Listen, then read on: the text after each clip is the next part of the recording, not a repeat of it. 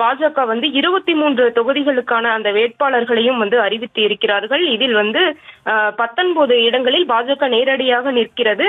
மீதி இருக்கக்கூடிய 4 இடங்களில் கூட்டணி கட்சியினர் வந்து 4 தொகுதிகளில் தாமரை சின்னத்தில் நிற்கிறார்கள். அதில் குறிப்பிட்டு சொல்ல வேண்டும் என்றால் தென்காசி, சிவகங்கை, பெரம்பலூர், வேலூர் ஆகிய 4 தொகுதிகளில் வந்து தாமரை சின்னத்தில் வந்து கூட்டணி கட்சியினர் போட்டியிட இருக்கிறார்கள்.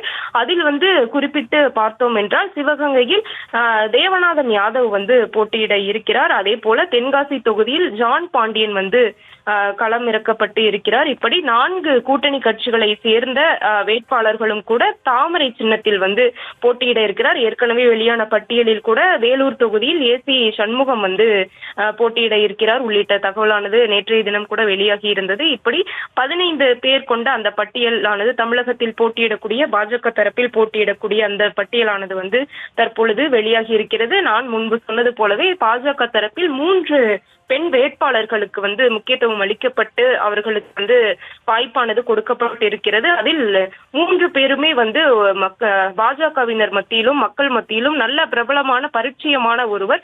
குறிப்பாக தமிழிசை சவுந்தரராஜன் வந்து பார்த்தோம் என்றால் ஏற்கனவே பாஜகவில் முக்கிய பொறுப்புகளில் வகித்த ஒருவர்.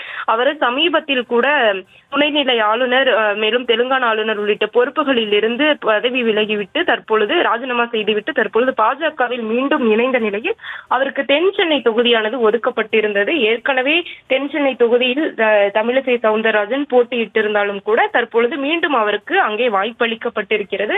அவர் வந்து மக்கள் மத்தியில் நல்ல பரிச்சயமான ஒருவராகவும் ஒரு நட்சத்திர வேட்பாளராகவும் இருக்கிறார். அதே போல விருதுநகர் என்பது வந்து ராதிகா சரத்குமார் வந்து களமிறக்கப்பட்டிருக்கிறார். ஏற்கனவே வந்து பார்த்தோம் என்றால் விருதுநகர் தொகுதி என்பது அவர்களுக்கு அங்கே வந்து மக்கள் மத்தியில் நல்ல பரிச்சயமான ஒருவராக கூட இருக்கிறார்.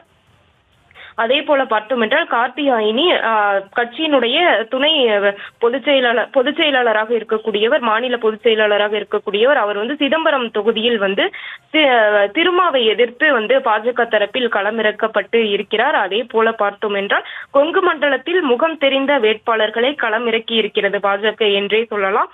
நாமக்கல், திருப்பூர், கோவை, கரூர் ஆகிய தொகுதிகளில் அந்தந்த பகுதிகளை சேர்ந்த முகம் தெரிந்த வேட்பாளர்களையே வந்து களமிறக்கப்பட்டு இருக்கிறார். அந்த வகையில் திருப்பூரில் ஏபி முருகானந்தம் வந்து அந்த பகுதி திருப்பூரில் வந்து பரிச்சயமான ஒருவர் என்றே சொல்லலாம். அதே போல பொள்ளாச்சியில் வந்து கே வசந்தராஜன் வந்து அந்த பகுதியில் வந்து நல்ல பரிச்சயமான முகம் இருக்கக்கூடியவர். அதே போல கரூரில் செந்தில்நாதனும் வந்து அதே போலவே வந்து இருக்கிறார். இப்படி கொங்கு பகுதிகளில் வந்து நல்ல பரிச்சயமான முகம் கொண்ட வேட்பாளர்களையே வந்து பாஜக தேர்ந்தெடுத்து தற்பொழுது களத்தில் இறக்கிவிடப்பட்டு இருக்கிறார்கள்.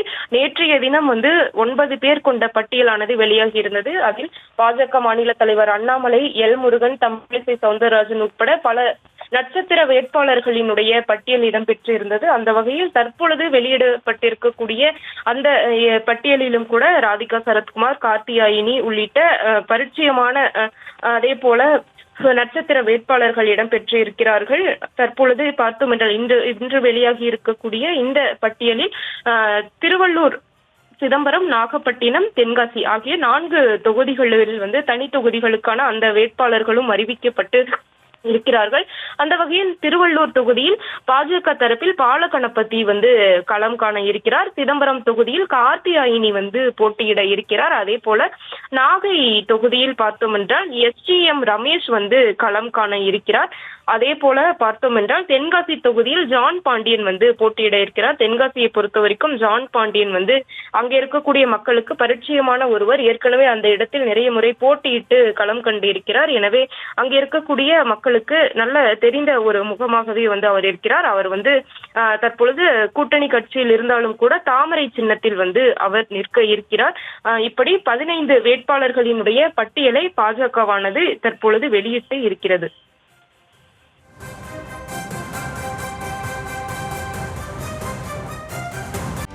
செய்திகளை உடனுக்குடனும் துல்லியமாகவும் தெரிந்து கொள்ள சப்ஸ்கிரைப் பண்ணுங்க.